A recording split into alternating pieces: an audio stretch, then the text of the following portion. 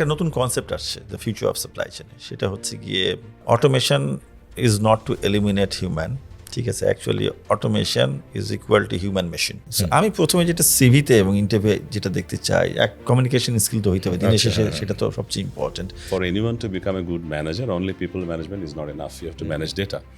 AI and humans are not mutually exclusive. They will work each other. Human intelligence এবং artificial intelligence will signify, amplify the outcome which will benefit the business. আসসালামু আলাইকুম, আশা করি সবাই ভালো আছেন। আপনাদেরকে আবার স্বাগতম জানাচ্ছি ইয়েট আনাদার পডকাস্ট, আমাদের নতুন একটা এপিসোড নিয়ে। এই এপিসোডগুলো স্পন্সর করছে BSRM and powered by BuildNation। আজকে যে সাবজেক্টের নাম আলাপ করব সেটা হচ্ছে সাপ্লাই চেইন, এবং এই চেইন সেই চেইন না যেটা মানুষের গলায় থাকে, বাট এই চেইন সেই চেইন যেটা প্রতিটা কর্পোরেট লিডারের নার্ভের সাথে সম্পৃক্ত, এবং এই নার্ভটা যদি ঠিকমতো না কাজ করে দেখা যাবে একটা অর্গানাইজেশন সাপ্লাই চেইন কাজ করছে না। সো এই ধরনের একটা ইন্টারেস্টিং টপিকস নিয়ে আলাপ করব। একটা সময় ছিল যখন সাপ্লাই চেইন কথা বললেই ব্যাক অফিসের কথা মনে আসতো, বাট এটা কি এখন আর ব্যাক অফিসে আছে? এটা চিন্তা করার বিষয়। আমরা যদি কোভিডের সময় কথা চিন্তা করি, ওই সময় কিন্তু বিভিন্ন সাপ্লাই চেইন ইস্যুস উপরে উঠে এসেছিল, যেরকম say for example toilet paper availability was one of the critical issue ওই সময়, এবং availability of chips, supply of chips was a big issue, যেটা ইলেকট্রনিক্স ইন্ডাস্ট্রিকে সিরিয়াসলি ইম্প্যাক্ট করেছিল। এটা শুধু ইলেকট্রনিক্স না, এটা আসলে একটা ইন্ডাস্ট্রি, এটা মাল্টিপল ইন্ডাস্ট্রির উপরে ইম্প্যাক্ট এনেছিল। সো ওই সময় থেকে কিন্তু অল অন এ সাডেন এই সাপ্লাই চেইনটা কিন্তু ওই ব্যাক অফিস থেকে ডিনার টেবিলের ডিসকাশনে পরিণত হয়েছে। So what's next? এখন আবার চলে আসছে জেন জি। এই যে জেন জির mindset and everything is so different. এখন ওনাদেরকে নিয়ে আমরা কীভাবে, ওদের প্রোডাক্ট রিকোয়ারমেন্টও আরেক রকম এবং ওদের চিন্তাভাবনাও আরেক রকম, এবং তারাই কিন্তু ফিউচারে আমাদের সাপ্লাই চেইনটা ম্যানেজ করবে। সো ওনারা কিন্তু একটা স্টক ইনভেন্টরি করাচ্ছে, তারা পছন্দ করে টিকটক। সো এই ধরনের একটা মাইন্ডসেটকে কীভাবে আমরা সাপ্লাই চেইনের মতো একটা সিরিয়াস সাবজেক্টে ডাইভার্ট করব, that is something also we need to understand. এবং ওটা ছাড়াও এখন নতুন একটা আবার সাবজেক্ট যেটা সাপ্লাই চেইনকে সিরিয়াসলি ইম্প্যাক্ট করছে, সেটা হচ্ছে AI, how artificial intelligence is going to impact this supply chain. So এতগুলো সাবজেক্ট নিয়ে, এবং আমি বলবো না খুবই complex, but it is something very important. এটা আমাদের ইয়াং জেনারেশনে জানতে হবে, তারা যদি সাপ্লাই চেইনে তাদের ক্যারিয়ার বিল্ড আপ করতে চায়, এই সাবজেক্টটা আমাদের একটু ডিপে গিয়ে বুঝতে হবে। এবং আমার মতে এখানে অনেক জব হয়তো বা ডিসপ্লেস হবে, but at the same time lot of jobs will be created. But anyway, এই সবগুলো বিষয় আমরা দুইজন এক্সপার্টের কাছ থেকে শুনবো, যাদেরকে আমি চিনি গত প্রায় 25-30 বছর ধরে বা তার চেয়েও বেশি। একজন হচ্ছেন রুহুল কুদ্দুস, উনি এখন customer experience and logistics director হিসেবে আছেন ইউনিলিভার বাংলাদেশে। বাট এই designation is something equivalent to supply chain director. যারা একটু কনফিউজড হয়ে যাবেন, আমি এটা একটু ক্লারিফাই করে রাখছি, but it shows that the focus of Unilever is more on the customer experience. ওই জিনিসটার জন্যই তারা সাপ্লাই চেইন ডিরেক্টর নামটা চেঞ্জ করে এরকম করেছে। আর আরেকজন হচ্ছে আমাদের সাথে হচ্ছে এজাজুর রহমান। ওনাকে আমি অনেকদিন ধরে চিনি, অনেক মাল্টি ন্যাশনাল কোম্পানি কাজ করেছেন, বোধহয় লাস্ট সাপ্লাই চেইন হেড হিসাবে ডিরেক্টর হিসেবে কাজ করেছিলেন কোর্সে। এখন উনি নিজেই প্র্যাকটিস করছেন, মাইন্ড ম্যাপার বলে একটা তার নিজস্ব অর্গানাইজেশন আছে, ওখানে উনি সিইও হিসাবে আছেন। On the top of that উনি কিন্তু লিড কোচ হিসেবেও কাজ করেন, এবং নিজে ক্যারিয়ার ডেভেলপ করার পর মানে মানুষের ক্যারিয়ার ডেভেলপমেন্টে সাহায্য করছে। He is also regional CEO of ISCEA, right? ISCEA. Yeah. So both of them are known to be a great supply chain resource of our country. এখন এই পার্সপেক্টিভে আমরা এখন ডিসকাশনে যাব, এবং আপনাদের তো ওনাদের দুজনের থেকে আমরা শুনতে চাইব। প্রথমে আমি যদি শুরু করি ইজাজের কাছ থেকে, মানে you have worked with so many organizations, right? Corporate world থেকে all on a sudden entrepreneur হওয়ার শখ হলো কেন? অ্যান্ড আই রিমেম্বার আমি তোমাকে জব অফার করেছিলাম ওয়েন ইউ স্টার্টেড, মানে প্রথম দিকে যে মাইন্ড ম্যাপার তৈরি করার পরে, but you are quite clear যে না, আমি কর্পোরেটে যাব না, আমি এন্টারপ্রেনার হব। So explain this journey. A couple of things. Mahtab bhai, as you know, we three come from multinational background, প্রচুর ট্রেনিং হয়। And one of the thing যেটা আমার সাথে ঘটছে, আমার কোর্সের ক্যারিয়ারটা ওয়াজ এ ভেরি ইন্টারেস্টিং ক্যারিয়ার। 14.5 বছরের মধ্যে 10 বছর I was in the top team, which is a very unusual kind of thing that happens in Bangladesh. I was picked up as an international assignee when I was only 2.5 years old in the business. I was selected. এবং সেটার সুবাদে অনেক দেশে যাওয়া হয়, অনেক training পাই। তো purpose of living was one thing that came into discussion quite a bit. ওরা ভাবতে শুরু করি, আর বাসায় যে পরিবারে জন্ম হয়, my father was A military officer এবং হি ওয়াজ এ ফ্রিডম ফাইটার। সবসময় দেশের কথা বলতেন, এভরিথিং দ্যাট উই ডু, সবসময় বলতেন যা কিছুই করো দেশের সাথে কানেক্ট করে করবা, দেশের জন্য কী লাভ হচ্ছে। সো সামহাউ প্রবাবলি এই চিন্তাটা অনেক বেশি বেশি আসছে। কোর্স ছাড়ার পরে একটা লোকাল অর্গানাইজেশনে kind of CEO kind of রোলে ছিলাম, অনেক টাকা, অনেক কিছু, অনেক সম্মান। বাট দেন ওই যে কোর্সে থাকা অবস্থায়, course was a very excessively values driven company, খুব অনেক এফোর্ট নিত to embed values in corporate employees. তো আমাদের একটা ভ্যালু ছিল we like what we do. আমরা বলতাম we love what we do, আরও একটু ভিন্নভাবে বলতাম। সো স্যানমারে থাকা অবস্থায় everything was going good in the first 6 months, একটু হানিমুন টাইম কাটে। But I was not feeling very comfortable এত কিছুর মধ্যেও। So I started asking myself, do I love what I do? Answer was no. I was shocked. এত সম্মান, একটা young CO, মানে সব কিছুই ভালো, তাহলে ভালো লাগছে না কেন? Then I started digging deeper. I decided to take a pause and ask myself, what do I love to do?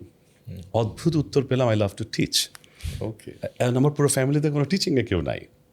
Then I started digging further deeper যে কেন হচ্ছে এই ধরনের চিন্তা। দেখলাম যে পেছনের দিকে 8 বছর, যেখানে 4 বছর আমি দেশে আর 4 বছর আমি শ্রীলঙ্কার সাপ্লাই চেইনে হেড ছিলাম, ওখানে তো খুব লিমিটেড ইউনিভার্সিটি। বাট দেশে দেখলাম IBA, BUET, Dhaka university, North South, you name any top university, somehow or other I ended up delivering 1 or 2 sessions or taking classes, and everywhere I went people said they got some benefit out of it.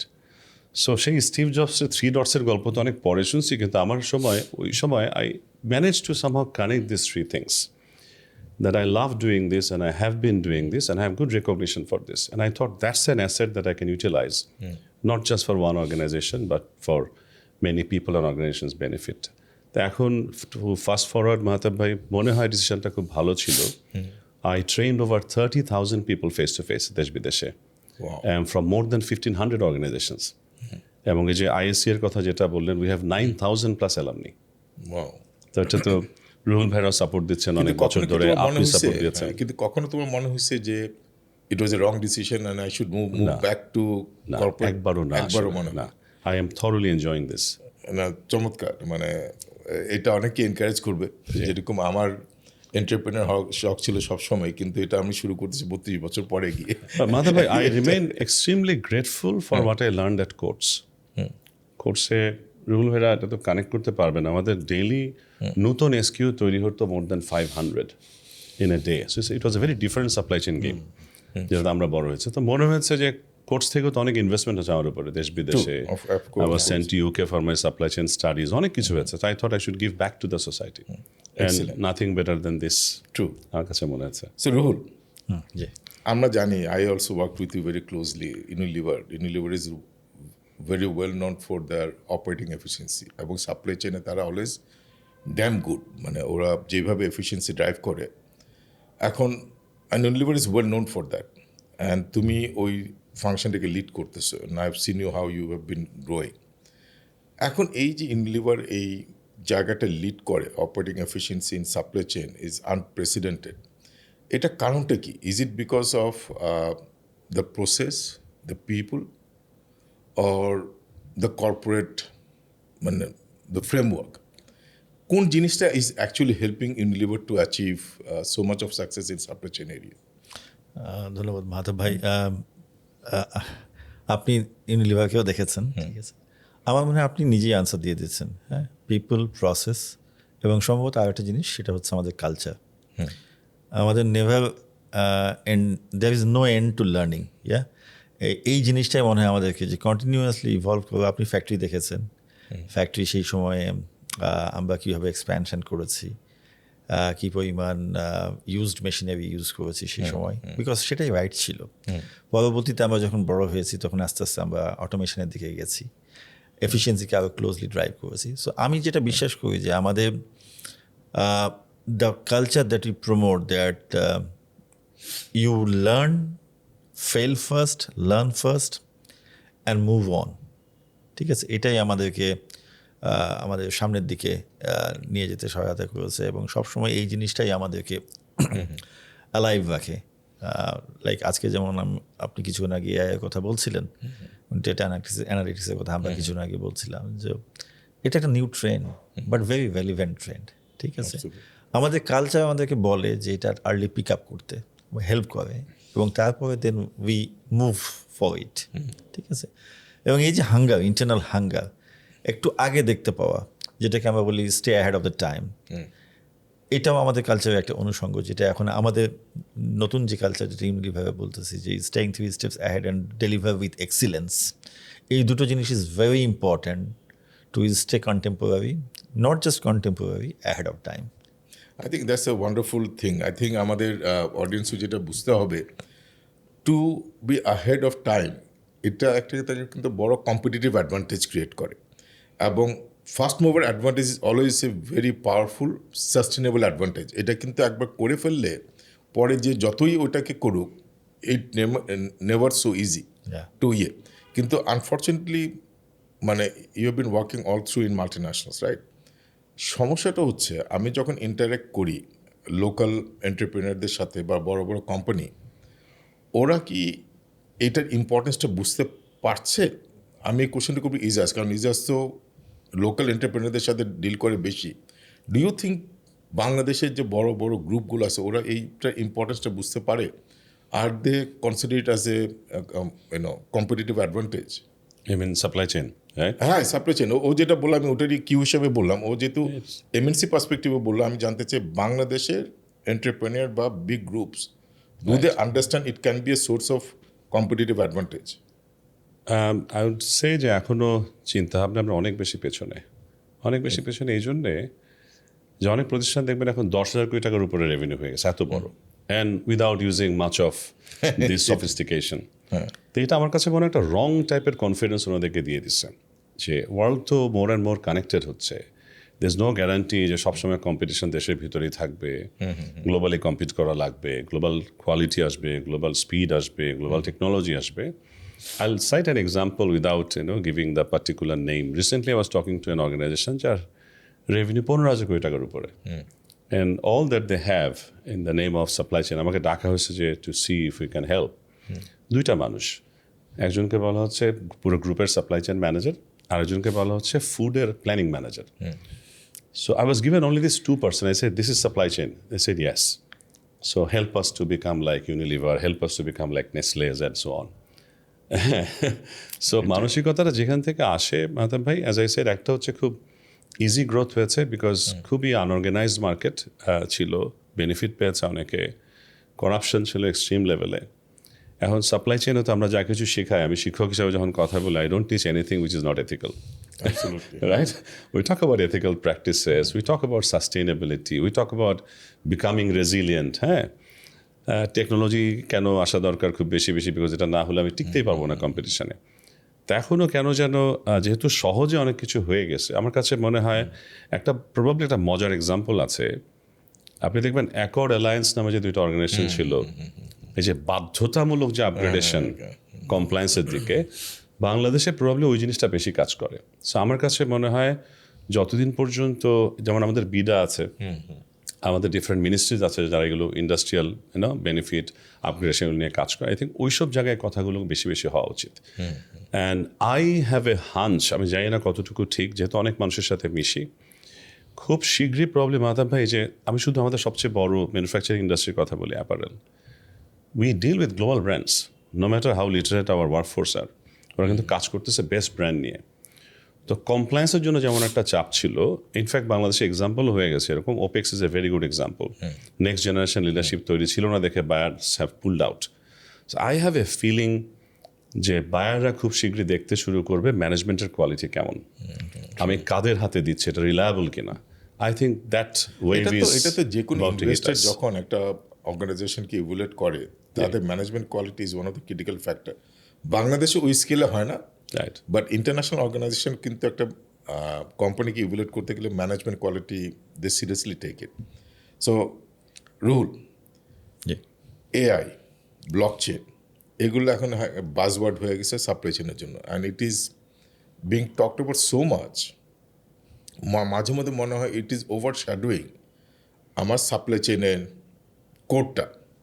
So তোমার কি মনে হয় যে AI, blockchain এটা তো definitely transform করতেছে supply chain, এটা কি আবার সাপ্লাই চেইনের যে কোর কনসেপ্টটা এটা কি চেঞ্জ করে ফেলবে, অথবা how this two technologies evolving in supply chain operations? Thanks Mahtab ভাই। এটা one of the favourite topic এবং পার্সোনালি আমার জন্য ফেভারিট, কারণ আমি এই মুহূর্তে একটা ইউনিলিভার স্পন্সর্ড কোর্সে আছি 9 মাস ব্যাপী, যেটাতে AI is one of the important element. আমার মনে হয় একটা নতুন কনসেপ্ট আসছে দ্য ফিউচার অফ সাপ্লাই চেনে, সেটা হচ্ছে গিয়ে automation is not to eliminate human, ঠিক আছে? Actually automation is equal to human machine. Human machine মানে হচ্ছে গিয়ে হিউম্যান এবং মেশিন দুটো কোলাবোরেট করবে ইচ আদার। এটা এমন না যে পায়ে হাফ হিউম্যান হাফ মেশিন, ঠিক আছে? সেক্ষেত্রে যেটা কারেন্টলি যে একজন আরেকজনকে সাপ্লিমেন্ট করে, এটা হবে অনেকটা একটা কোরের মধ্যে একটা সার্কেলের মধ্যে আর একটা circle, but with different legs and fingers ঢুকে আছে, যেখানে আমরা সিনার্জি ড্র করতেছি কোথায় এআই স্ট্রং, কোথায় হিউম্যান স্ট্রং, এবং then unleashing the potential of human machine. So এই জিনিসটাই হবে, AI and humans are not mutually exclusive, they will work each other. Human intelligence এবং artificial intelligence will signify, amplify the outcome which will benefit the business. Reason being আমি বলি আপনাকে, যেমন বলি যে এআই যেটা নিচের লেভেল যেটা বললে মেশিন লার্নিং, আজকে আমি কিছুক্ষণ আগেও কথা বলছিলাম যে forecasting is more and more becoming machine learning. যেন প্ল্যানাররা ফোরকাস্টিংয়ের যে আউটপুট সেখানে এক্সেপশন বেসড কল নিতে পারে এবং তারা রিয়েলি গ্রোথের জায়গাটাতে ফোকাস করতে পারে এবং আরও কোয়ালিটেটিভ ডিসকাশন করতে পারে। সো আরও আছে, যেমন ধরেন আজকে যদি আমি এখন প্রকিউরমেন্টের একটা কথা জিজ্ঞেস করি, যে প্রকিউরমেন্ট যদি আমার টেইল হয় অনেক লম্বা, ইম্পোর্ট ডিপেন্ডেন্ট, সেখানে শিপমেন্ট ট্র্যাকিং হচ্ছে গিয়ে একটা মানে টিডিয়াস জব, এবং এইখানে যে কোনো সময় টু ডু লিস্ট থেকে যে কোনো কিছু একটা বাদ পড়তেই পারে। বাট যদি আমার ওখানে একটা এজেন্টিক এআই থাকে who will monitor all the non cognitive jobs, and এখানে আমার লোকটা কিন্তু হিউম্যান ইন্টেলিজেন্স দিয়ে সে জাস্ট দেখতেছে নেক্সট কী জিনিস আমার আসতেছে সেইটা। So he is free from current and focusing on future. So এখানে কিন্তু হিউম্যান জবটা এলিমিনেট হয় না, হিউম্যান জবটা, এটা যেটা হয়েছে জবটা আরও আপগ্রেডেড হয়েছে। সো আর্টিফিশিয়াল ইন্টেলিজেন্স আমার মনে হয় ইজ ভেরি রিলেভেন্ট। এবং আপনি জেনজির কথা বললেন, আমি যেসব জেনজিকে দেখতেছি কাজের সূত্র ধরে, they are very much interested and really তারা ফোকাস করতেছে এই জায়গাটাতে। হ্যাঁ, সেটা নিউরো লিঙ্গুইস্টিক প্রোগ্রামিংই হোক, সেটা মেশিন লার্নিংই হোক, সেটা ডিপ লার্নিংই হোক, অথবা এজেন্টিক এআই ডেভেলপমেন্ট এখনও বাংলাদেশে সেভাবে শুরু হয় নাই, অ্যাটলিস্ট আমি জানি না, হয়তো কোথাও হয়েছে, বাট আমরা এখনও পর্যন্ত ইন দ্য রাইট ডিরেকশনে আছে আমার মনে হয়। গুড স্পিরিট দেখা যাচ্ছে। সো এটা কমপ্লিমেন্ট করবে মাহতাব ভাই, এটা কাউকে এলিমিনেট করবে না। এআই সবগুলোর ক্ষেত্রে, যে কোনো ফাংশনের ক্ষেত্রে এটা প্রযোজ্য। বাট এটা যদি আমি জিজ্ঞাসা করি, অনেকে হয়তো আমাদের অডিয়েন্স জানতে চাইবে, সাপ্লাই চেনের কোন অংশগুলোতে যেটা চ্যাটবটের মতো এআই ইউজ করা হবে বা ব্লকচেন বিভিন্ন প্রসেসে ইউজ করা হবে, কোন জবগুলো ইম্প্যাক্টেড হবে সাপ্লাই চেনে এবং কোন জবগুলো নতুনভাবে ক্রিয়েট হবে, এটা যদি একটু হাইলাইট করা যায়। আমি আবার একটু বলি যে স্কিল সেটের মধ্যে যেটা আছে, যে সাপ্লাই চেনের জবগুলিতে ফান্ডামেন্টাল স্কিল সেট কখনোই এভেলেভেন্ট হবে না, যেটাকে আমরা বলি বিজনেস ডোমেন স্কিল, যেটাকে বলি। যেমন আমি যদি প্ল্যানার হই, তাহলে আমার ক্যাপাসিটি ইউটিলাইজেশন অথবা এসএনওপি অথবা ডেটা অ্যানালিটিক্স, এই জিনিসগুলি আমার লাগবে। এরপরে যেটা আসবে বিজনেস স্কিল। বিজনেস স্কিল মানে কি? স্টোরি টেলিং, ঠিক আছে, ফাইন্যান্সিয়াল অ্যাকুমেন্ট, ঠিক আছে, কম্পিটিশন ইন্টেলিজেন্স, ঠিক আছে, কাস্টমার সেন্ট্রিসিটি, এগুলো হলো বিজনেস। আর থাকবে ডিজিটাল ডোমেন, যেখানে থাকবে ডিজিটাল ডোমেনের ক্ষেত্রে থাকবে যে আমার ডিজিটাল লিটারেসি বিয়ন্ড এক্সেল, ঠিক আছে। সো এই ফিউচারে আমি যে সাপ্লাই চেনের লোকজনকে দেখতে পাচ্ছি সেটা হচ্ছে এই রকম। আপনি যে প্রশ্নটা করলেন যে কোন জবগুলি ইম্প্যাক্টেড হবে, অ্যাকচুয়ালি সবখানেই ডিজিটাল আসবে। যদি ফ্যাক্টরিতে যান, industrial 4.0, robotic and automation, end of লাইনে, অথবা ইভেন প্যাকিং মেশিনে, সেখানে এটা ইম্প্যাক্টেড হবে। তাতে আমার অপারেটরকে স্কিল্ড হইতে হবে, আমার ম্যানেজারকে সেই ভাষাও বুঝতে হবে। আপনি যদি কাস্টমার সার্ভিস এন্ডে আসেন, চ্যাটবট, যেমন আজকে আমি যখন কাস্টমারের সাথে কথা বলছি, তখন আমি বলছি যে আমার ট্রাক লোড ফিল ধরেন আমার কাস্টমার অর্ডার করেছে ট্রাকে 100 কেস ধরে, কাস্টমার অর্ডার করেছে 90। এখন হিউম্যানলি আমার 1000টা কাস্টমারের সাথে কথা বলা সম্ভব না যে আপনি আরও 10টা কেস দিলে আপনার ট্রান্সপোর্ট কস্ট কমে আসে। বাট এই চ্যাটবট এখানে আসবে, এসে ওই ডিসকাশনটা করবে, ঠিক আছে? ফলে নেট প্রোডাক্টিভিটি বাড়বে, টু বি ভেরি অনেস্ট। সব জায়গাতে আমি প্ল্যানিংয়ে যেমন বললাম যে আপনার ডিসিশন ইন্টেলিজেন্স, যেমন ধরেন আজকে এরা আছে, এরা কী করে, ডেটা ক্রলিং করে ইন দ্য সিস্টেম, এবং ডেটা ক্রল করে বলে যে আমার ইনভেন্টরি এইখানে বেশি হয়ে যাচ্ছে তোমার কারেন্ট সেলস ট্রেন্ডের তুলনায়, সো তুমি ম্যাটেরিয়াল অর্ডারিং কমায় দাও। সো অর্ডারিং কমানোটা কিন্তু একজনকে এক্সিকিউট করতে হচ্ছে, এখানে ডিসিশন অ্যাকিউরেসি আসতেছে। সো এখানে বেশিরভাগ ক্ষেত্রে কমপ্লিমেন্ট করবে। হ্যাঁ, কোনো জায়গায় হয়তো আপনি যেটা রাইটলি বলেছেন যে জব এলিমিনেটেড হবে বা রিডান্ডেন্ট হয়ে যাবে, বাট তার দ্বিগুণ job, even world economic forum আমরা কিছুদিন আগে আলোচনা করতেছিলাম যে বলছিল, এবং আরও একটা রিপোর্টে আমি পড়তেছিলাম যে AI market size would become, এখন যেটা আছে লেস দেন $1 trillion, সেটা অলমোস্ট লাইক $10 to $15 trillion হবে বাই 2030। তার মানে এই $10 to $15 trillion যখন হবে, তখন তো অনেক জব ক্রিয়েটেড হইতে হবে। So more than double job created হবে, এখনো পর্যন্ত স্টাডি বলতেছে। না, এক্সেলেন্ট। আমার মনে হয় এখানে যেটা বেরো আসছে, তুমি আবার একটু বলছিলে যে একটা খুবই কোর প্রসেস ছিল supply chain, SNOP, sales and operations planning, and এটাও কিন্তু রিডান্ডেন্ট হয়ে যাবে যদি আমরা এআই অ্যান্ড ব্লকচেইন এফেক্টিভলি আমরা ইউজ করতে পারি। সো অনেক কিছু রিডান্ডেন্ট হবে, but at the same time আমরা রিঅ্যাসুরেন্স যেটা পেলাম রুহুলের কাছ থেকে, সেটা হচ্ছে প্রচুর নতুন জব ক্রিয়েট হবে if you can reskill ourself. So that's wonderful.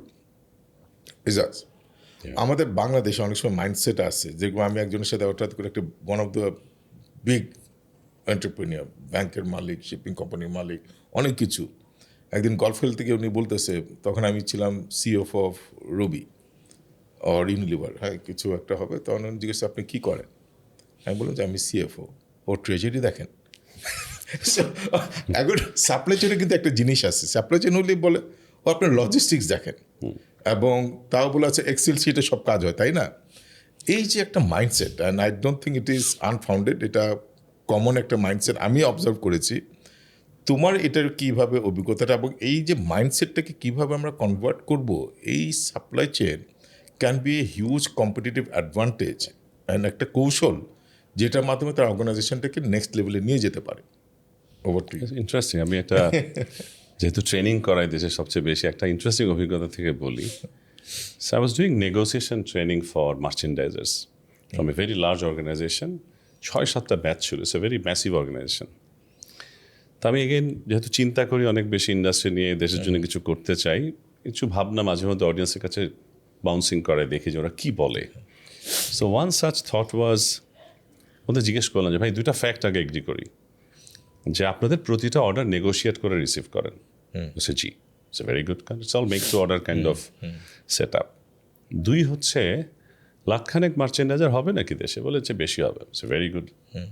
তখন আমি যদি বলি অ্যাজ এ নেশন আমাদের নেগোসিয়েশন ক্যাপাবিলিটি বাড়ানোর মতো কিছুই হয় নাই।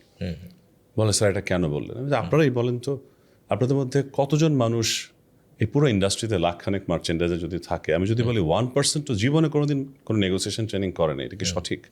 একটু রিসার্চ করবেন নাকি? বলে স্যার রিসার্চ করা লাগবে না, আপনি সঠিক। So then I was drawing a contrast, যে দেখেন আমি যখন শ্রীলঙ্কায় ছিলাম আমি দেখতাম একই বায়ারের একই অর্ডার শ্রীলঙ্কায় ট্রিটেড হয় একভাবে, বেটার মার্জিন দেয় কাস্টমারকে, সো কাস্টমারও কোর্স থেকে যখন সুতা কিনে বেটার প্রাইসে কিনতে পারে। বাংলাদেশে সেটা দেয় না, বিকজ আপনাদের সাথে যখনই আলাপ করি আপনারা বলেন বায়ার এটা ঠিক করে দেয়। হ্যাঁ, তো একইভাবে আমরা যখন এই বড় বড় ইন্ডাস্ট্রিগুলোতে, লোকাল ইন্ডাস্ট্রিগুলোতে এখনও সাপ্লাই চেইন নিয়ে কথা বলি, very unfortunately they think of 2 things, একটা হচ্ছে ইনভেন্টরি ম্যানেজমেন্ট, একটা হচ্ছে প্রকিউরমেন্ট। এর বাইরে আর কিছুই ভাবে না। আমরা যতই বলি প্ল্যান, সোর্স, মেক, ডেলিভার এবং ইভেন ম্যানেজিং রিটার্ন, পুরোটাই হচ্ছে supply chain. And it is no longer about cutting cost, It's about enhancing overall customer experience, contributing directly to the top line, increasing bottom line. So আমি কিছু জিনিস ভাইয়া চেষ্টা করি, আমার কাছে মনে হয় এটা যদি আরো বড় আকারে দেশে হয়, ইফ ইউ ক্যান ডেমনস্ট্রেট যে একটা ভালো ওয়েল ম্যানেজ সাপ্লাই চেইন কী বেনিফিট নিয়ে আসছে প্রতিষ্ঠানের জন্য, if you can engage particularly business owner, যেহেতু এখনও সেকেন্ড থার্ড জেনারেশন আসলো, সে ওনারদের কাছেই রয়ে গেছে, প্রফেশনাল ম্যানেজমেন্টের হাতে খুব কম অর্গানাইজেশন গেছে লোকাল ইন্ডাস্ট্রিগুলোর, বা প্রফেশনাল ম্যানেজমেন্ট থাকলেও কি ডিসিশন মেকিং কিন্তু বোর্ড থেকে হয়। ওই জায়গায় যদি আমরা বেশি বেশি কমিউনিকেট করতে পারি and showcase some of the benefits of how supply chain is transforming the entire industry, তাহলে probably এই অ্যাডভান্টেজটা তৈরি করা যাবে। But you are very right, শুধু দুইটা জায়গা চিন্তা করে, ও আচ্ছা সাপ্লাই চেইন তো ইনভেন্টরি ম্যানেজমেন্ট, অথবা সাপ্লাই চেইন তো হচ্ছে কেনাকাটা, এবং ওখানেও কিন্তু বড় চ্যালেঞ্জ। এই যে আমি যে ইন্ডাস্ট্রির কথা বললাম, অ্যাপারেল মার্চেন্ডাইজার হচ্ছে লাইক সকল কাজের কাজই, একদম টপ টু বটম যা কাজ আছে, A to Z যা কাজ আছে সব মার্চেন্ডাইজারকে করতে হয়। যদিও ফ্যাক্টরিতে আলাদা রেসপন্সিবল লোক আছে, কোয়ালিটিতে আলাদা রেসপন্সিবল, সব জায়গায় আছে, কিন্তু কিছু না হলেই 10 গুণ দুটাই হচ্ছে মার্চেন্ডাইজারের, কিন্তু ওনার তো ক্যাপাসিটি বিল্ড আপ হয় না সেভাবে। সো আমি মনে করি আমরা যদি বেশি বেশি ভালো এক্সাম্পল শোকেস করতে পারি, ওনাদের আগ্রহটা বাড়ানোর চেষ্টা করতে পারি। And I have personally experienced a few things.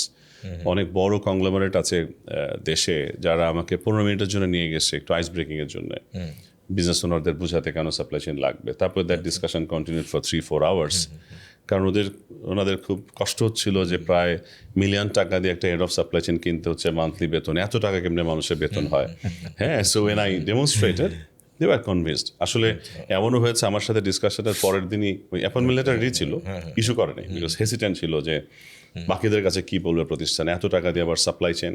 আরেকটা ফানি এক্সাম্পল আছে, এটা বিজনেস ওনার নিজেই শেয়ার করেন, আমার সাথে বয়সে হয়তো কাছাকাছি মানুষ, একটা লার্জ অ্যাপারেল গ্রুপের, বলছেন যখন head of supply chain join করলেন, ওনারই সমসাময়িক আরেকজন যিনি একসময় রবিতেও ছিলেন আসলে, হ্যাঁ, জয়েন করার পরে গাড়িতে নাকি একদিন ড্রাইভার জিজ্ঞেস করতেছে, স্যার ওই যে নতুন যে হেড অফ সাপ্লাই চেইন আছে উনি কি স্যার চেইন বিক্রি করবে আমাদের কাছে? মালিককে জিজ্ঞেস করছে। So long way to go, but আমি বলবো মাহতাব ভাই, কালকে রাতেও, because I will be talking today, I was doing some research, I just search supply chain related job, দেখলাম প্রায় 200 জব শুধু একটা পোর্টাল থেকে আসছে, all related to supply chain, এবং ওখানে ধরেন 95% would be local business organisation. So we are progressing, আমি আসার জায়গা দেখি, but not to the level of speed that we expect. আমি এই ক্যাপাসিটি বিল্ডিংয়ের উপরেই আমি রুহুলকে জিজ্ঞেস করতে চাই, বাংলাদেশ তো অনেক জায়গায় আমরা প্রমিনেন্স পাচ্ছি, গ্লোবাল লেভেলে অনেক লিডার আমাদের বাইরে চলে যাচ্ছে।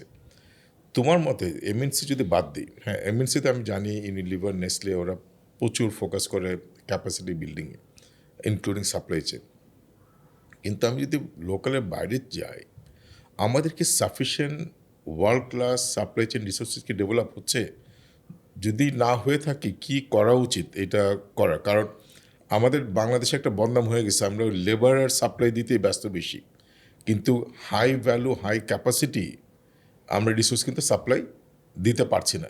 এই সাপ্লাই চেইন এরিয়াতে তোমার এটা ধারণাটা কি? না, আপনি রাইটলি পিক করছেন, এটা আসলেই একটা সমস্যা। ইনফ্যাক্ট আমরা যখন রিক্রুটও করি, কারণ প্রত্যেক অর্গানাইজেশনে অ্যাট্রিশন আছে, সো তখন আমরা এই প্রবলেমটা বেশি ফেস করি যে, এবং আমাদের দেখা যায় যে এই আইদার এমএনসি অথবা একটু টপ এন্ড লোকাল কোম্পানি, এগুলির মধ্যে কিন্তু রিসোর্স ঘোরাফেরা করে, কারণ এর বাইরে কিন্তু কেউ, আই হ্যাভ ডাউট যে ক্যাপাবিলিটি বিল্ডিংয়ে কতটুকু ইনভেস্ট করে। বাট এটা আনডাউটেডলি একটা জায়গা যে যদি আমরা চিপ লেবার এক্সপোর্টার থেকে এক্সপার্ট এক্সপোর্টারে আসি, যেখানে আসলে থ্রুপুট অনেক বেশি হবে, মাল্টিপল টাইমস হবে, তাহলে এখানে আমার মনে হয় গভর্নমেন্টের তরফ থেকেও কিছু করার আছে এবং লোকাল অর্গানাইজেশনগুলির তরফেও কিছু করার আছে। কারণ এটা তো সত্য যে একটা অর্গানাইজেশনের সবচেয়ে বড় অ্যাসেট হচ্ছে তার পিপল। কারণ পিপল যদি না থাকে, আমরা যত যাই বলি আজকে, এবং বেসিক মেশিন থেকে শুরু করে বেসিক ক্যালকুলেটর থেকে শুরু করে, যে লোকটা যদি নাই জানে যে how to run the calculator, আসলে ক্যালকুলেটর ইজ ইউজলেস। সো আমার লোকজনকেই আসলে এডুকেট করতে হবে অথবা তাদের নেসেসারি স্কিল সেট ডেভেলপ করতে হবে। বাট এই জায়গাটাতে আই এগ্রি, আমি জানি না এজাজ ভাই আপনার কি ভিউ। আমি ফিল করেছি যে লোকজন এটাকে হয়তো অ্যাডিশনাল কস্ট হিসেবে দেখে, বাট এই ইনভেস্টমেন্ট হিসেবে দেখা শুরু করতে হবে, এবং এই ইনভেস্টমেন্টের রিটার্ন ইজ ভেরি হাই। তার নিজের কোম্পানির জন্যও, এবং সেই লোক যদি সেই কোম্পানি ছেড়ে চলেও যায় এবং আরও একটা নতুন লোক যদি আসে এবং ওই কোম্পানিও যদি একই ফিলোসফিতে বিশ্বাস করে, তাহলে he will also get the same quality অথবা বেটার কোয়ালিটি পিপল, ঠিক আছে, এবং বেটার থ্রুপুট পাবে। বাট এই জায়গাটাতে প্রত্যেকটা অর্গানাইজেশনকে এগিয়ে আসতে হবে। এখানে আমার কাছে আসলে রেডিমেড আনসার নাই যে কীভাবে আমরা এই কালচারটা চেঞ্জ করবো। I think I can add, Ruhul ভাই যেটা আমার কথা বললেন, আমরা যে ISCEA প্রোগ্রামগুলো করাই, দিস আর গ্লোবাল কারিকুলাম, হ্যাঁ, and as I mention to you 9,000+ alumni হয়ে গেছে গত 14.5 বছরে। কথা বলছো বাংলাদেশে নাকি গ্লোবালি? বাংলাদেশে। আচ্ছা, বাংলাদেশে। So that's a big sign. আমি হয়তো রেভলিউশনটা কোয়াইটলি করে গেছি দেশে, বা এটা আমার একটা মিশন ছিল যে সাপ্লাই চেইন প্রমোট করবো দেশে। কিন্তু এই 9,000-এর মধ্যে ধরেন আমি যদি শুধু CSCA-টা বাদ দিই, যারা একটা গ্লোবাল কেস কম্পিটিশনের মাধ্যমে, ওরা তো ছাত্র, ওদেরকে প্যারেন্টসরাই স্পন্সর করবে, এটাই নর্মাল, বা অনেকে টিউশনের পয়সা দিয়েও পার্টলি জয়েন করে। ওই 3,000-ও যদি বাদ দিই, সো রাফলি 6,000, এর ধরেন 90% হবে হচ্ছে সেলফ স্পন্সার্ড, সেলফ ফাইন্যান্সড। মানে আমি যখন দেখি ইউনিলিভার বা BAT থেকে আসে, কোর্স থেকে আসে, অনেক সময় কোম্পানি পার্টলি বা ফুললি রিইম্বার্স করে, কিন্তু বাকিটা কিন্তু ওভার 90% হচ্ছে যে ব্যক্তি কোর্সটা করছে সে তার নিজের পকেটের পয়সা দিয়ে আসে। So that actually demonstrates. এবং আমরা খুব হেভিলি একটা জিনিস এনকারেজ করি যে যখনই কোর্সটা করতে আসতেছেন, keep your HR and your HOD informed, because that enhances না আপনার নিজের ইমেজটা বাড়ায় যে আপনি ক্যারিয়ার কনশাস, ভালো কিছু শিখছেন। অনেক সময় এবং অনেকে বলছে এটা ইনফর্ম করে ফায়দা হয়েছে, অনেক সময় কোম্পানি বলছে এত ভালো কিছু করছে, okay will reimburse. But I totally agree with Ruhul ভাই যেটা বললেন, যে এখনও অ্যাওয়ারনেসটা নাই যে এটা যে একটা ইনভেস্টমেন্ট, এটা যে কস্ট না, এই ধারণাটা এখনো নাই যে আমি ইনভেস্ট করলে তো আমি ওর ক্যাপাসিটি বাড়া মানে প্রতিষ্ঠানের ক্যাপাসিটি বাড়া। না, আমারও মনে আছে, আমি ইন্ডিয়া পাকিস্তানে যখন ছিলাম তখন আমি কিন্তু সাপ্লাই চেনে কাজ করেছিলাম, তো মনে আছে কি না, তখন আমার যে সাপ্লাই চেন ডিরেক্টর ছিল সবসময় কোশ্চেন করতেন, তুমি যে মাহতাব এই কোর্সে যাচ্ছ, ইউনিলিভার তো খুব ক্যাপাসিটি বিল্ডিং অনেক খরচ করতো, যে তুমি কোর্সে যাচ্ছ, তুমি আসার পর আমাকে বলবা তোমার পিছনে আমার এই কোর্সে এত টাকা খরচ হয়েছে, তোমার ROI কি। আমি কথা বলি, একটা নেগোসিয়েশন স্কিল ডেভেলপ করলে কত টাকা যে সে মানে বেনিফিট আনতে পারে একটা অর্গানাইজেশনকে, এটা কিন্তু unbelievable, unthinkable. Once you have that mindset, আমি একটা অ্যাকশন নিচ্ছি, আমি কোম্পানি একটা খরচ করতেছি, ওটার থেকে আমার 10 গুণ টাকা ফেরত দিতে হবে, এই মাইন্ডসেটটা ডেভেলপ করলে কিন্তু অটোমেটিক্যালি এই অপারেটিং এফিসিয়েন্সির সাথে সাথে লার্নিং, রিলার্নিং সব কিছু কিন্তু হয়ে যাচ্ছে। সো এই জিনিসটা যদি আমাদের লোকাল ম্যানেজমেন্টকে আমরা ধরে দিতে পারি, আমরা কিন্তু অন্য লেভেলে চলে যেতে পারি। এখন একটা জায়গায় আসবো, এজাজ তোমার কাছে, RMG একটা বড় ফ্যাক্টর আমাদের ইকোনমির জন্য। আরেকটা জায়গায় কিন্তু বড় একটা আমি বলবো চেঞ্জ আসতেছে অ্যাগ্রো প্রসেসিংয়ে, অ্যান্ড আমরা স্টিল অ্যাগ্রো বেস একটা ইকোনমি আমাদের আছে। আমরা ফুডে self sufficient in many ways, and it has got lot of significance. এই যে দুইটা সেক্টরে, মানে তোমার যদি সাপ্লাই চেন লিডার হিসেবে তোমার যদি অ্যাডভাইস করতে হয়, what are the areas we should focus, and আমি মনে করি এই দুইটা জায়গাতে কিন্তু প্রচুর এমপ্লয়মেন্ট অপরচুনিটিও সামনে আছে সাপ্লাই চেনে। এইটাকে তুমি কীভাবে অ্যাজ এ পলিসি মেকার যদি তোমাকে আমি চিন্তা করি, কী কী পলিসি লেভেল সাপোর্ট তুমি দিতে চাও বা রিকমেন্ডেশন করবে? একটা ভাই যেটা আমরা সাপ্লাই চেনের সময় বলি যে ভিজিবিলিটি যত বাড়ানো যায় এন্ড টু এন্ড, মানে আই ব্রিং অ্যান এক্সাম্পল, একদম সবসময় আমরা দেখি, ধরেন একই দিনে দেখা যায় কারণ বাজারে নষ্ট হয়ে যাওয়া ধনিয়া পাতা দাম করা হচ্ছে, রাইট? আবার গুলশানে ওইটা হয়তো 200 টাকা কেজি সেল হচ্ছে অন্য আরেকটা মার্কেটে। সো আমি if you recall, I think you are also part of it, আমরা প্রত্যেকবার যে সাপ্লাই চেন কনফারেন্সগুলো করি সবসময় একটা থিম বেস করি। So one such conference was agro business supply chain, I think that was back in 2014 if I am not wrong. তখন আমরা বিউটিফুল এক্সাম্পল নিয়ে আসছি শ্রীলঙ্কা থেকে, ইন্ডিয়া থেকে, ITCর একটা এক্সাম্পল ছিল, ইচোপাল নামে একটা example. And I had been mentioning, আমি অডিয়েন্স যারা শুনছেন তাদের কাছে রিকোয়েস্ট করবো চিন্তা করতে থাকেন, দেশে অনেক কিছু করার। So I use to give this example যে আমি শ্রীলঙ্কায় ছিলাম, ওখানে দেখতাম 1,000 রুপির উপরে এক পিস ফুলকপি, 1,000 রুপির উপরে, হ্যাঁ, আর বাংলাদেশের সিজনে 20 টাকা পাওয়া যেত। I used to talk about this, যে ভাই কিছু করি না কেন, আলু একই রকম, 100 গ্রাম আলুর দাম হচ্ছে 120 rupee, something like that in Sri Lanka. So দেশে যেটা বলতাম যে থানা পর্যায়েও যদি আমরা একটা স্ট্যান্ড অ্যালোন কম্পিউটারেও ওই এলাকায় কয়জন গ্রোয়ার কি প্রডিউস করছে ওই সময় এটার একটা ডেটা থাকে। আমাদের এত সুন্দর কৃষি সম্প্রসারণ অধিদপ্তর আছে, কৃষি বিপণন অধিদপ্তর আছে, ওদের কাছে যদি ডেইলি বেসিসে ডেটাটা আসে এবং if they have a handle on the national demand, কোন এলাকায় কী পরিমাণ ডিমান্ড আছে, এই বেসিক ডিমান্ড সাপ্লাই ইন্টিগ্রেশনটাও যদি হয় আমরা ওয়েস্ট কমাতে পারি। কারণ যে সময়ের কথা বলছি ভাইয়া তখন ক্লোজ টু 40% ছিল পোস্ট হারভেস্টের ওয়েস্ট। এটা সো এখনো এটা মনে হয় 15%। আপনার যেটা ওই কোনো একটা কেস স্টাডিতে এটা ছিল, কারেক্ট, যে এগ্রি বেস সাপ্লাই চেইনকে আমরা কিভাবে অগমেন্ট করতে পারি। সেইখানে বেশিরভাগ আমি কয়েকটা কেস হিসেবে দেখছিলাম, ফ্যান্টাস্টিক সব আইডিয়া আজকালকার নতুন ছেলেরা যেটা করেছে। তো আমাদের বেশিরভাগ কিন্তু দেখা যায় যে দুই ধরনের ওয়েস্ট একটা ডেফিনেশন আছে, একটা হচ্ছে খাবার পরে রান্নার পরে, একটা হচ্ছে রান্নার আগে সাপ্লাই চেইন। ওইখানে কিন্তু সবচেয়ে বেশি ওয়েস্ট হয়, almost like 10-15%। Even carrying rule ভাই শ্রীলঙ্কায় প্রসেসিং স্টেজ অ্যান্ড স্টোরেজ এই দুই জায়গাতেও কিন্তু প্রচুর ওয়েস্ট। ট্রান্সপোর্টেশন একটা হচ্ছে পিটফলস হচ্ছে। আমি আপনাকে একটা ছোট এক্সাম্পল দিই। ওই কনফারেন্সের one of the outcome was, unfortunate that এটা ফলো আপ হয়নি ওইভাবে, যে fruits and vegetables, tomatoes and things like that, এগুলো যদি শুধু ব্যাগে ক্যারি করা বন্ধ করি আমরা, that can substantially save the total yield. কারণ এখন যখন গানি ব্যাগে নেওয়া হয় একটার উপর একটা ওজন পড়ে, তারপর আমাদের দেখবেন লিফি ভেজিটেবল নিয়ে যাচ্ছে, উপরে একটা মানুষ বসে আছে, হ্যাঁ, ফুড কোয়ালিটিটা নষ্ট হয়ে যাচ্ছে। সো আমি মনে করি বোথ ইন এগ্রিকালচার এবং আরএমজি ভিজিবিলিটি যদি বাড়ানো যায়, অটোমেশন যদি আনা যায়, আই এম নট সেইং যে একদম ডে অ্যান্ড নাইট চেঞ্জ করতে হবে, বাট ফিউ টাচ পয়েন্টস যেগুলো টাচ করে করে পুরো সাপ্লাই চেনটা কাজ করে। যেমন আমরা রিসেন্টলি দেখলাম যে গভর্নমেন্ট চেঞ্জ হওয়ার আগে পরে কিছু কথাবার্তা, যে আমাদের logistics cost Bangladesh is one of the highest on the road because of all the misappropriate handling of this চাঁদাবাজি অ্যান্ড অল দোজ। তো যত বেশি ভিজিবিলিটি রাখা যায় একদম ফ্রম ফার্ম টু ফর্ক, তখন কিন্তু অ্যাগ্রো বিজনেসের সাপ্লাই চেইন ম্যাসিভলি বেটার হতে পারে। কারণ আমাদের তো চ্যালেঞ্জ আছে, আমাদের ফুড অ্যান্ড এভরিথিংয়ের চ্যালেঞ্জ আছে, যতই স্বয়ংসম্পূর্ণ বলি।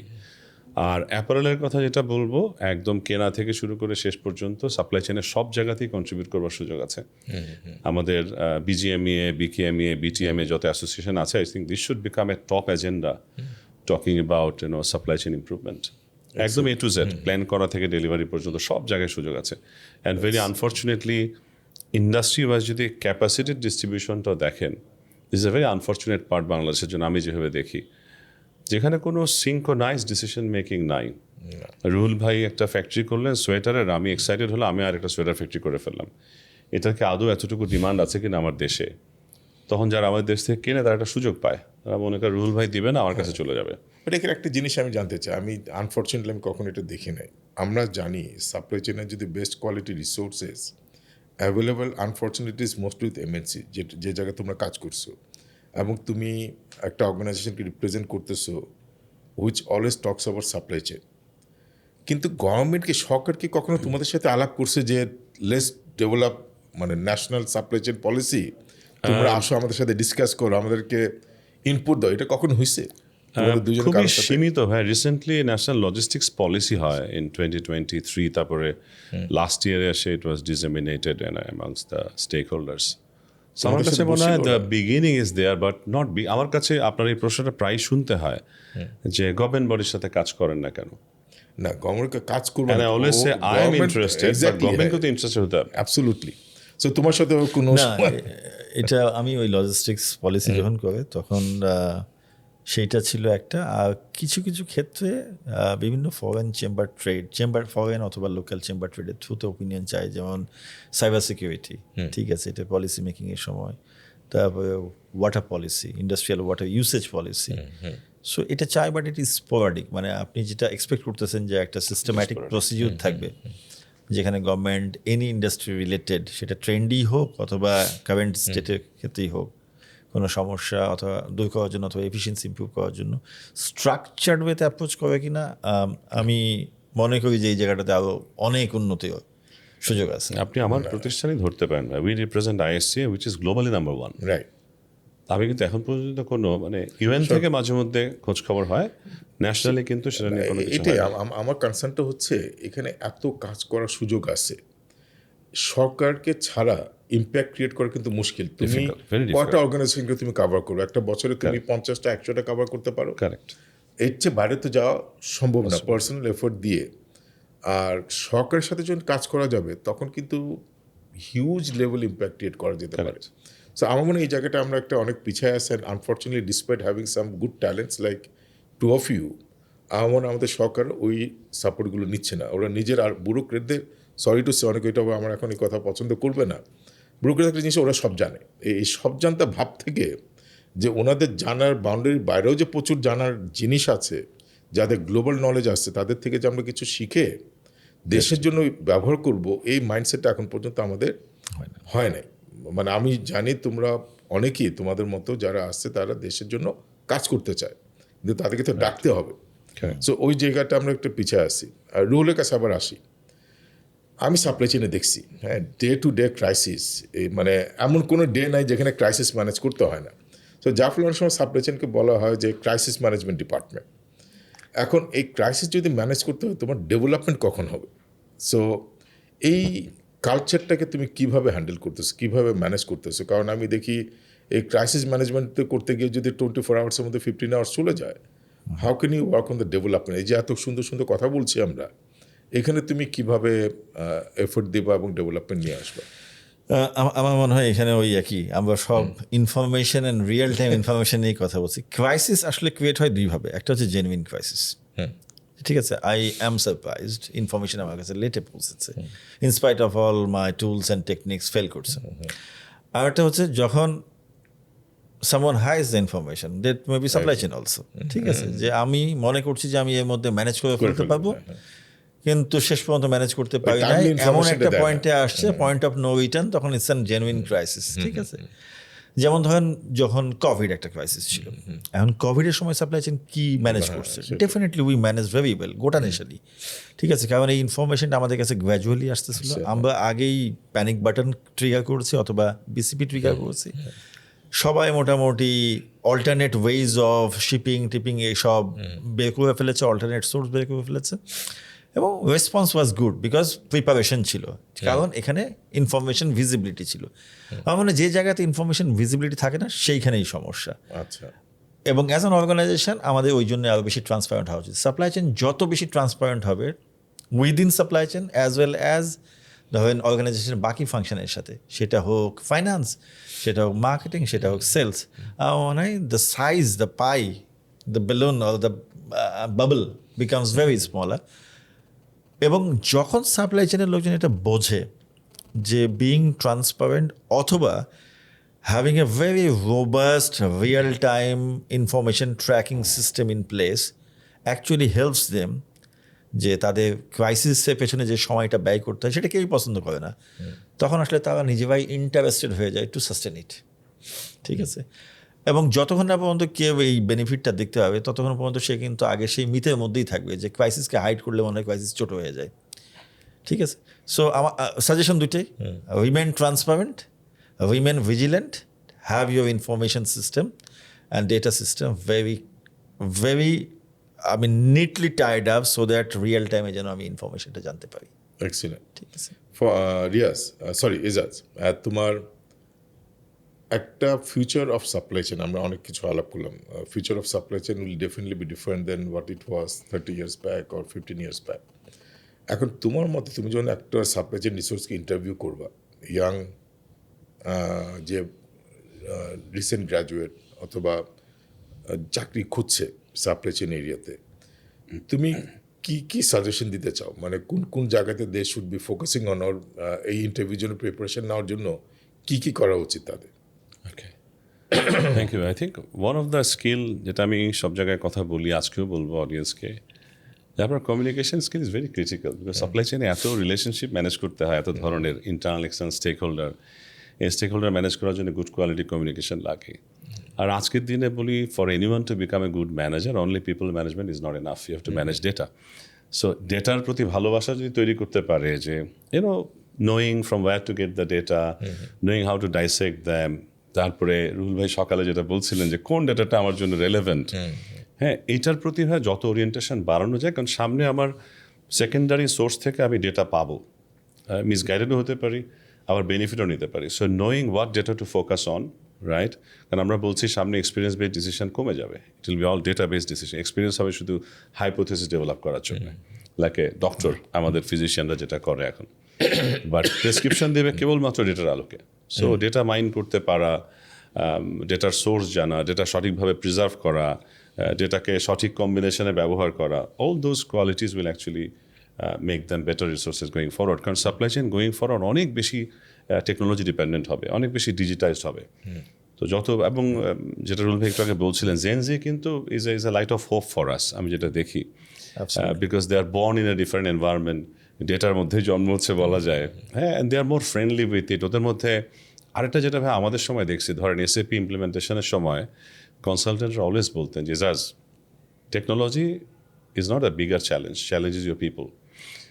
ওদের যদি চেঞ্জ ম্যানেজমেন্ট করা যায়, যেমন আমাদের অ্যাপল ইন্ডাস্ট্রিতে কিন্তু প্রচুর ইআরপি ইমপ্লিমেন্টেড আছে, কিন্তু সাকসেস রেট খুব কম। ওই যে আমরা একটা কথা বলি না, automating a mess is an automated mass.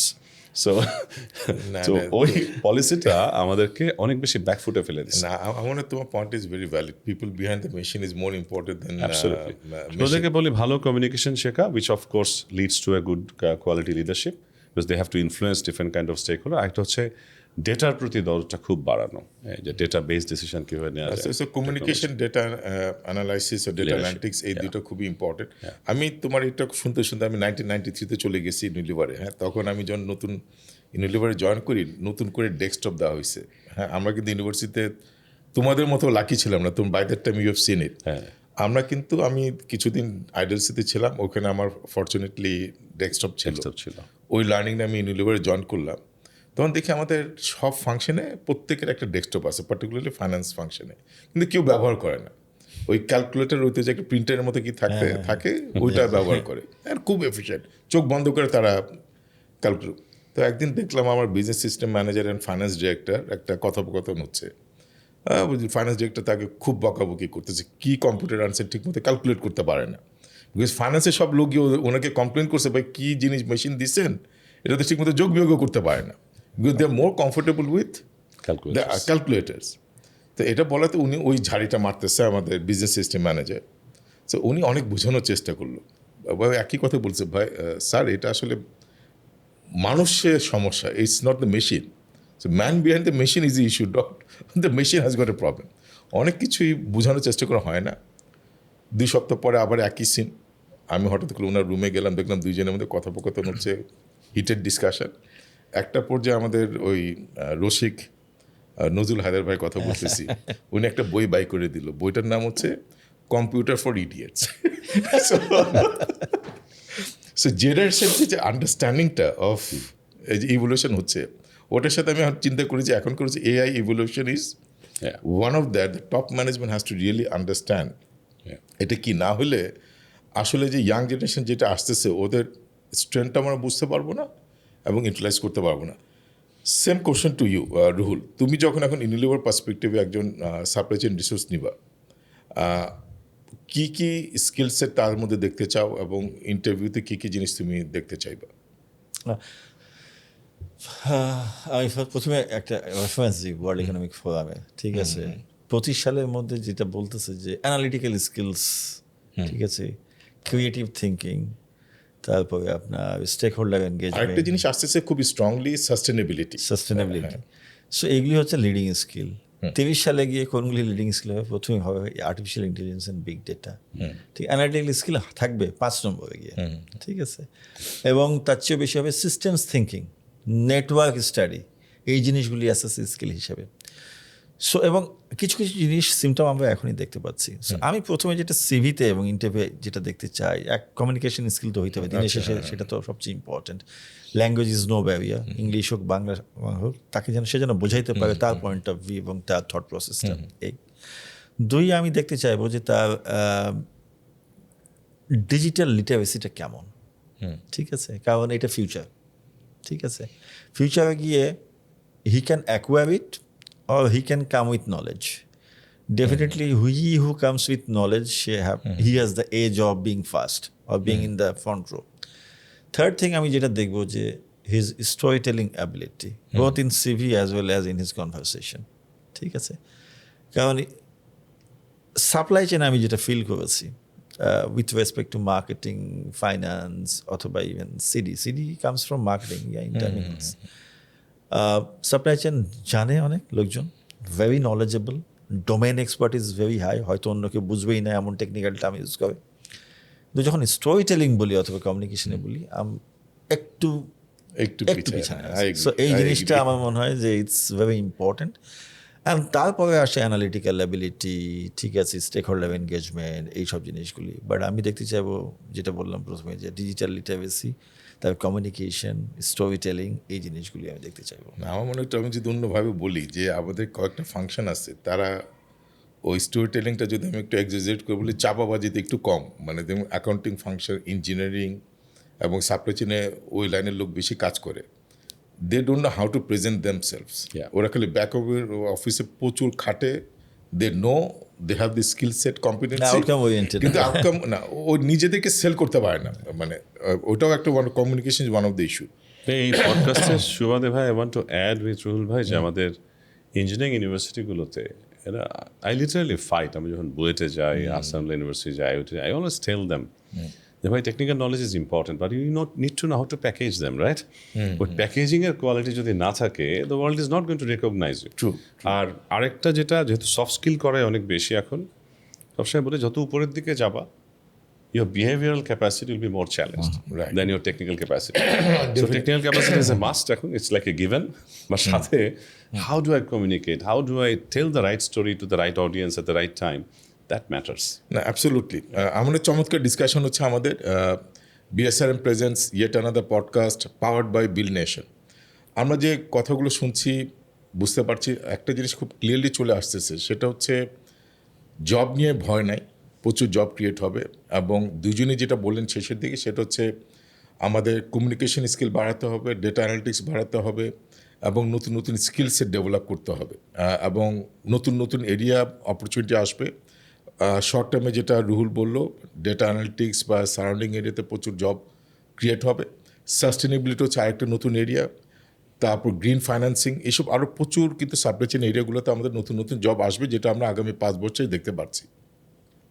এখানে একটা অনুরোধ করবো সব আমাদের ইয়াং জেনারেশন যারা জব মার্কেটে আসছেন এবং সাপ্লাই চেইনে ফোকাস করতে চাচ্ছেন, ওনাদের কিন্তু খেয়াল রাখতে হবে যে আপনি যে ইউনিভার্সিটি থেকে পাস করেছেন বাংলাদেশে, তাদের হয়তো বা সব এই যে স্কিল সেটের কথা বলছি ওটা হয়তো বা নাই। সে ফর এক্সাম্পল এআইয়ের কথা বলি, ব্লক চেনের কথা বলি, আর নতুন নতুন যে টেকনোলজির কথা আসছে, ভয় পাওয়ার কিছু নেই। এইসব টেকনোলজি কিন্তু আপনারা এখনও ডেভেলপ করতে পারেন। অনলাইনে প্রচুর কন্টেন্ট আছে, প্রচুর কোর্স আছে দেশে বিদেশে, আপনারা কিন্তু এই স্কিল সেটটা ডেভেলপ করে ফেলেন।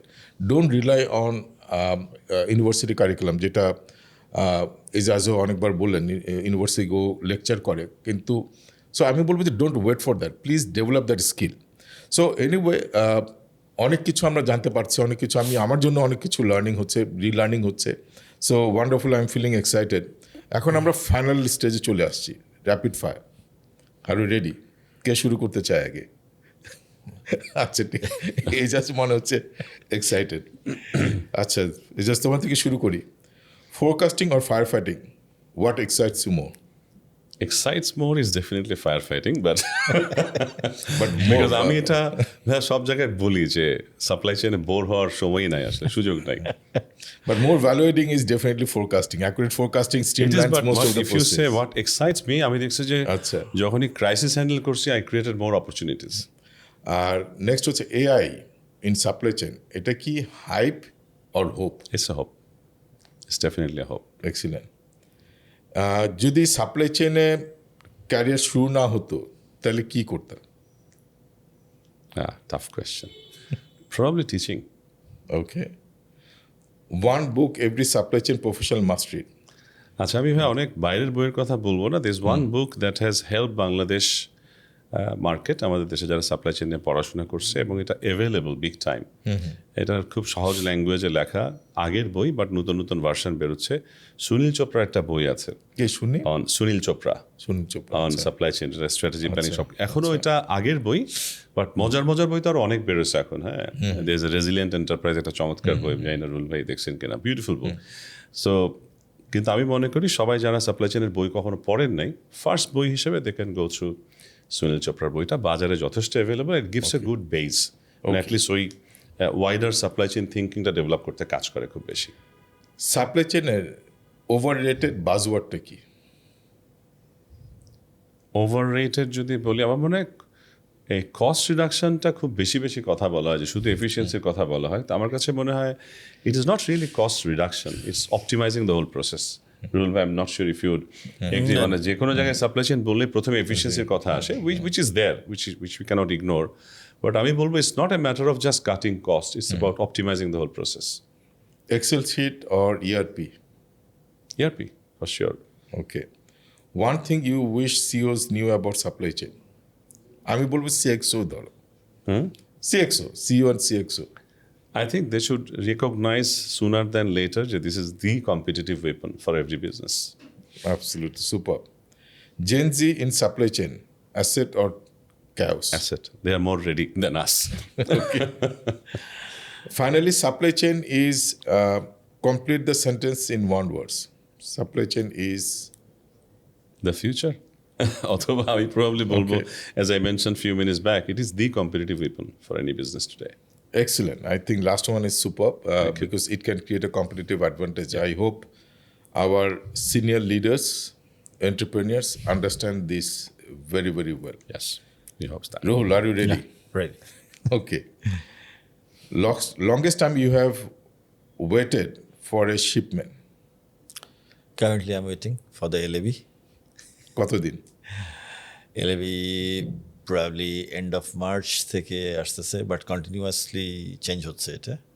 জাস্ট একটা শিপমেন্টের কথা। এলএপি তো লোকালিও তৈরি হচ্ছে এখন, তাই না? ল্যাপসা, LAB কামস ফ্রম আচ্ছা, এলএপি হচ্ছে ল্যাপসাটা এখানে তৈরি হচ্ছে। এখানে বানায় আমরা। আচ্ছা, সো এই আপনার ওই সাপ্লাই চেইন ইস্যু, যে Supply chain issue বর্ডার যেটা- ক্লোজার ওইসব নিয়ে। হ্যাঁ, got it. Your favourite supply chain KPI? CPT, cost per টান। কস্ট পার্ট হচ্ছে প্রত্যেকটা প্রোডাক্টের দেখতে হয়, even for distribution as well now. আমাদের যেটা একটা নতুন কনসেপ্ট আসছে, নেট প্রোডাক্টিভিটি, সেটা হচ্ছে যে টোটাল সেভিংস, মানে cash I can do lot of savings but which is not impacting in as cash, ওইটা না। নেট প্রোডাক্টিভিটি মানে নেট আমার কত কমছে, From end to end process. মানে প্রকিউরমেন্ট অর প্ল্যানিং, কোনটা তোমার কাছে বেশি important? Actually both, difficult to say. ঠিক আছে, কারণ this two are very highly না, তোমার চুজ করতে হবে একটা প্রায়োরিটি। প্রকিউরমেন্টে সারপ্রাইজ বেশি থাকে, so I will rather choose procurement so that I can focus more. Okay, automation in Bangladesh is still a dream or catching up? Catching up. Supply chain crisis you'll never forget? COVID. Okay. What's more painful, customs clearance or budget approval? Customs clearance. Unilever কি budget approval এখন এত সহজ হয়ে গেছে?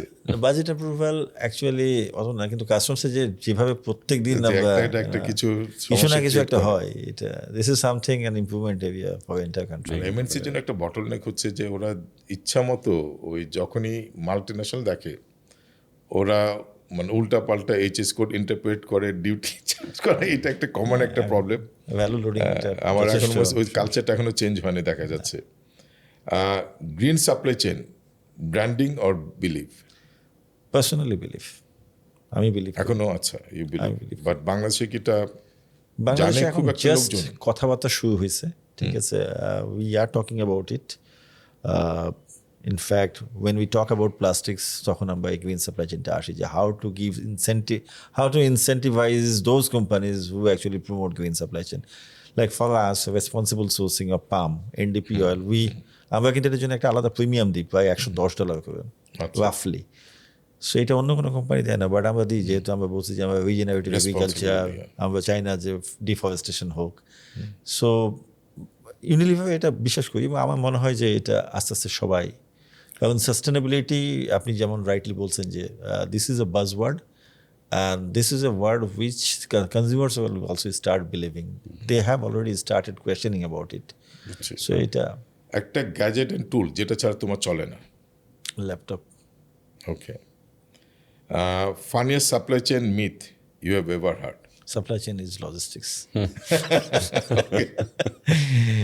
And you'd advise to fresh grads join supply chain for? Supply chain provides enormous opportunity, সেটা plan source make deliver data science যেটাই বলি না কেন, এবং এটা this is the backbone of a company which drives value. It's value enhancer. Very important business partner and front-end business partner. It's not on back-end. যদিও ফ্যাক্টরিতে কাজ করে এবং সেল হয় ফ্রন্ট এন্ডে, but supply chain is an front end partner, works hand-to-hand with sales. So exciting career remains with supply chain. Just কিছুক্ষণ আগে পর্যন্ত আমরা যেগুলি নিয়ে কথা বললাম, এজাজ ভাই বললেন, আপনি বললেন যে what all we want to see in supply chain people for future. Just think how to make yourself future ready to join supply chain and have an exciting career. Excellent. I think both of you have done a wonderful job. Thank you. Supply চেনে আমরা যদি in summary আমরা বলতে চাই, supply chain is one of the most exciting function for any organisation, এবং আমি নিজেও কাজ করেছি সাপ্লাই চেনে। সো ওখান থেকে আমি বলতে পারি it's full of excitement, and প্রতিবারই নতুন নতুন কিছু শেখা যায়।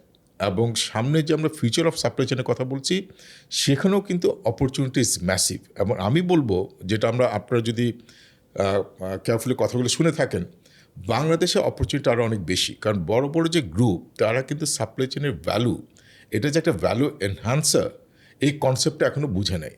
It could be one of the reason অনেকে যেটা মনে করে তারা ইজিলি ব্যবসায় প্রফিট করছে বা সাকসেসফুল হচ্ছে, যার ফলে তারা যে ভ্যালু প্রসেস থেকে যে ভ্যালু ক্রিয়েট করা, এই জিনিসটা বোধহয় এখনও শিখে নেয়। বাট আমার কাছে মনে হচ্ছে এই সিচুয়েশন আর বেশি দিন কন্টিনিউ করবে না, এই রিয়েলাইজেশনটা একটু দেরি হলেও আসবে। Therefore huge opportunity and job create হবে। আর আমরা ইজাজের একটা কথা আমরা বুঝতে পেরেছি, লাইক অ্যাগ্রো প্রসেসিং, গার্মেন্টস এবং আরও বিভিন্ন ইন্ডাস্ট্রিতে এখনও কিন্তু সাপ্লাই চেনের ন্যাশনাল স্কেলে আমাদের এই স্কিলটাকে বাড়ানোর সুযোগ আছে। সো সেইখানেও কিন্তু প্রচুর জব ক্রিয়েট হবে। সো আমরা এতগুলো যে এপিসোড করলাম, এই এতগুলো এপিসোডের মধ্যে আমি বলতে পারি very clearly based on our discussion, supply chain in 1 ইয়ারে প্রচুর জব ক্রিয়েট হবে এবং প্রচুর জব সামনে আসবে। একটাই জিনিস এনশিওর করতে হবে, যেটা আমাদের দুইজন এক্সপার্ট গেস্ট আমাদেরকে বললেন, আমাদের নতুন স্কিল সেটটা তৈরি করতে হবে, নতুন লার্নিংগুলো সামনে নিয়ে আসতে হবে। এগুলো যদি করতে পারি, এই সেক্টরে জবের কোনো অভাব হবে বলে আমি আশা আর মনে করি না। So get ready for it, এবং আপনি যদি আপনার ক্যারিয়ারটাকে সাকসেসফুলি তৈরি করতে পারেন সাপ্লাই চেনে, আমি এটুকু বলতে পারি আমাদের দেশের ভাগ্য পরিবর্তন হবে। So with that hope and expectations we end this session. Thanks a lot, Ruhul and Ejaz. It's a wonderful session. Thank you. Great learning session for me as well for the audience. ধন্যবাদ দিতে চাই, এবং আমি আশা করব আমাদের সরকার তোমাদেরকে policy লেভেলে involve করুক, এবং আমাদের দেশের যে inflation and cost remains A big issue. 10 টাকার জিনিস মানে ফার্মার এখান থেকে আস্তে আস্তে বাংলাদেশে মানে ঢাকা শহরে আস্তে আস্তে 30 টাকা বিক্রি হয় বা 40 টাকা বিক্রি হয়। এটা করে কিন্তু আমরা সারা দেশের জনগণের জন্য একটা বড় উপকার করতে পারি। So supply chain has so much of power. So ধন্যবাদ সবাইকে, আমাদের সাথে থাকবেন, আমাদের নেক্সট প্রোগ্রামের জন্য অপেক্ষায় থাকবেন। ধন্যবাদ সবাইকে।